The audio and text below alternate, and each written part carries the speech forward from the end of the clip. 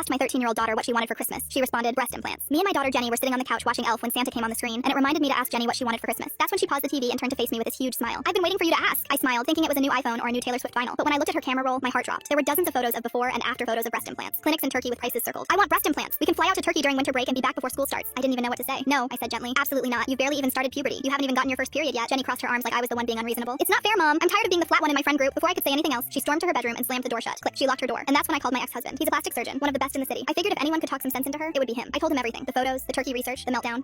He laughed. Not a mean laugh, but this chuckle like he knew this was coming. I've been wondering when this call would come. He laughed. What do you mean? Just don't take her to Turkey, he interrupted. Bring her to my clinic. I knew getting chest implants under 18 was illegal in the US, so I knew he wasn't planning on actually giving her the procedure she wanted. Why? I asked, sort of amused. I could practically hear him smile through the phone. Just trust me. And that's how, 2 days later, I told my daughter we were going to see her dad at the plastic surgery clinic. Her whole face lit up. Thank you, thank you, thank you. She practically shouted at the top of her lungs. She thought I'd changed my mind. She spent the entire car ride replaying the song, My Milkshake Brings All the Boys to the Yard, and staring at herself in the mirror. As soon as we got to the clinic, my ex-husband greeted us in his white coat. If I didn't know any better, I would have thought he was actually ready to give her surgery. When we sat down, he asked, what do you want done? She launched into her whole pitch about wanting to go from an A cup to a C cup, and I watched my ex-husband listen without interrupting. His face gave nothing away. When she finished, she lay down on the surgery bed like she was ready for him to start operating right then and there. But he just leaned back in his chair and said, I want to show you something, but it might be hard to look at. Jenny nodded eagerly, probably expecting more before and after photos of what she'd look like when the procedure was finished. Instead, he showed her a folder labeled complications under 18. The first photo was a girl, maybe 16, with severe scar tissue around the entire front side of her body. Her implants had hardened into these painful-looking lumps that distorted her entire chest. The second was an infection so bad the implants had to be completely removed, leaving behind scarring that looked permanent. My daughter's smile was gone. She'd gone completely pale with shock, but he wasn't done. He pulled up another file. He said, here's what I don't show most people. He pulled up photos of himself from 10 years ago. This was me at a conference in Turkey. I was one of the doctors performing these procedures on teenagers. I was making incredible money. Then he showed us another photo, a teenage girl with a bright smile. This was my niece. She was 14 when she begged me for breast implants, and because I was doing it for everyone else's kids, I said yes. The next photo showed the same girl, but her chest was uneven and lumpy. Jenny gasped. She developed hard lumps of scar tissue. We tried everything. Steroids, dissolvents, surgical removal. Nothing worked. She's 23 now and still has them. She never wears t-shirts anymore. My daughter burst into tears. Not the angry tears from 2 nights ago. These were different. She was actually processing what she'd just seen. She couldn't stop staring at that last photo. The drive home was silent for the first 10 minutes. When she finally broke it, she said, I think I just want an iPhone 17 for Christmas. I laughed. I'll get you the Pro. My daughter just told her teacher.